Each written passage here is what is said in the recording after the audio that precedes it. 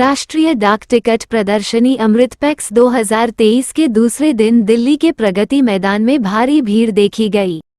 अमृतपेक्स 2023 के दूसरे दिन डाक टिकट संग्रह के महाकुंभ में जीवन के सभी क्षेत्रों के सैकड़ों डाक टिकट संग्रहकर्ताओं की भीड़ देखी गई, जिनमें से अधिकांश एनसीआर और आसपास के युवा और छात्र शामिल थे। आगंतुकों को प्रगति मैदान नई दिल्ली के हॉल नंबर 5 में 1400 फ्रेम पर प्रदर्शित किए जा रहे टिकटों में गहरी रुचि लेते देखा गया, जिनमें महात्मा गांधी, सरदार पटेल और नेताजी सुभाष पर टिकटें थीं। दूसरे दिन के फिलाटली शो में आए लोगों ने रामायण, बुद्धा, वनस्पतियों और जीवों और ऐतिहासिक महत्व के स्थानों पर डाक टिकटों की बड़े पैमाने पर सराहना की।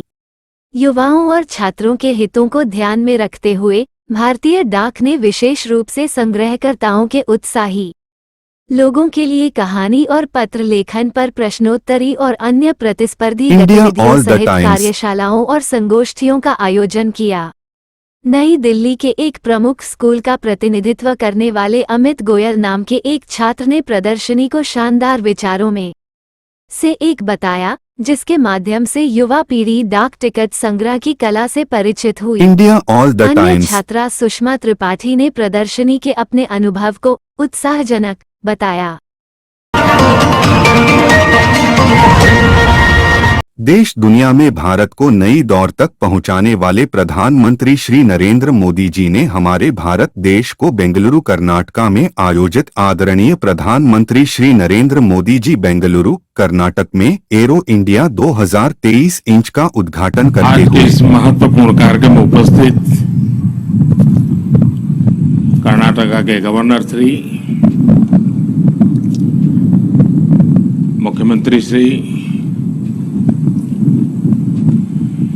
रक्षा मंत्री राजनाथ सिंह जी, मंत्रिमंडल के मेरे अन्य सदस्य, देश विदेश से आए डिफेंस मिनिस्टर्स, इंडस्ट्री के सम्मानित प्रतिनिधि, अन्य सभी महानुभाव, देवी और सज्जनों, मैं एरो इंडिया के रोमांचक पलों का गवाह बन रहे सभी साथियों का अभिनंदन करता हूं। बेंगलुरु का आसमान आज नए भारत के सामर्थ्य का साक्षी बन रहा है। बेंगलुरु का आसमान आज इस बात की गवाही दे रहा है कि नई ऊंचाई नए भारत की सच्चाई है। आज देश नई ऊंचाइयों को छू भी रहा है और उन्हें पार भी कर रहा है। साथियों, एरो इंडिया का ये आयोजन भारत के बढ़ते हुए सामर्थ्य का उदाहरण है। इसमें दुनिया के करीब 100 देशों की मौजूदगी होना दिखाता है कि भारत पर पूरे विश्व का विश्वास कितना बढ़ गया है। देश विदेश के 700 से अधिक एग्जीबिटर्स इसमें अपनी भागीदारी कर रहे हैं। इसने अब तक के पुराने सारे रिकॉर्ड तोड़ दिए हैं। इसमें भारतीय एमएसएमई भी हैं, स्वदेशी स्टार्टअप भी हैं और दुनिया की जानी मानी कंपनियां भी हैं।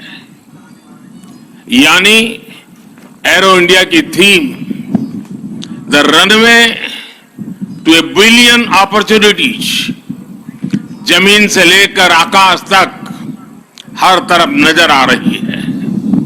मेरी कामना है आत्मनिर्भर होते भारत की ये ताकत ऐसे ही बढ़ती रहे। साथियों, यहां एरो इंडिया के साथ ही डिफेंस मिनिस्टर्स कॉन्क्लेव और सीईओज राउंड टेबल इसका भी आयोजन किया जा रहा है। इन्वेस्टर को भारत में बने इस सपोर्टिव माहौल का खूब लाभ उठाना चाहिए। आप भी देख रहे हैं कि ईज ऑफ डूइंग बिजनेस की दिशा में भारत में किए गए रिफॉर्म की चर्चा आज पूरी दुनिया में हो रही है। हमने ग्लोबल इन्वेस्टमेंट और इंडियन इनोवेशन के अनुकूल माहौल बनाने के लिए हमने कई कदम उठाए हैं। भारत के डिफेंस सेक्टर में फॉरेन डायरेक्ट इन्वेस्टमेंट्स को मंजूरी देने के नियमों को आसान बनाया गया है। अब कई सेक्टर में एफडीआई को ऑटोमेटिक रूट से मंजूरी मिली है। हमने उद्योगों को लाइसेंस देने की प्रक्रिया को सरल बनाया है, उसकी वैलिडिटी बढ़ाई है ताकि उन्हें एक ही प्रोसेस को बार बार न दोहराना पड़े।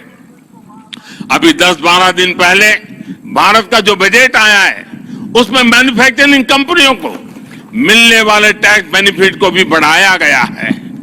इसका फायदा डिफेंस सेक्टर से जुड़ी कंपनियों को भी होने वाला है। साथियों, जहां डिमांड भी हो, कैपेबिलिटी भी हो और एक्सपीरियंस भी हो, नेचुरल प्रिंसिपल कहता है कि वहां इंडस्ट्री दिनों दिन और आगे बढ़ेगी। मैं आपको भरोसा दिलाता हूं कि भारत में डिफेंस सेक्टर को मजबूती देने का सिलसिला आगे और भी तेज गति से बढ़ेगा। हमें साथ मिलकर इस दिशा में आगे बढ़ना है। मुझे विश्वास है आने वाले समय में हम एरो इंडिया के और भी भव्य और शानदार आयोजन के गवाह बनेंगे। इसी के साथ आप सभी का एक बार फिर बहुत बहुत धन्यवाद करता हूं और आप सबको अनेक अनेक शुभकामनाएं देता हूं। भारत माता की जय।